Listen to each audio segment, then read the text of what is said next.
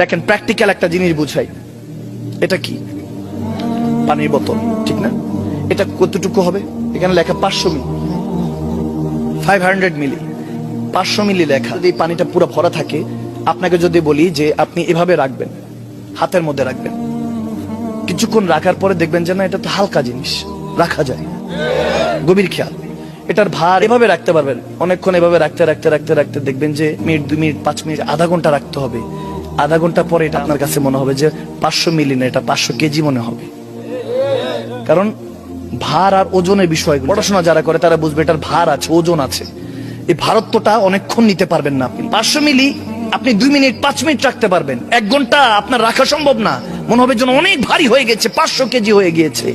তেমনি ভাবে যত কষ্ট দুঃখ আছে মনের মধ্যে রাখবেন না। কষ্ট দুঃখ, ডিপ্রেশন, টেনশন, এটা যতক্ষণ রাখবেন ততক্ষণ ভার লাগবে।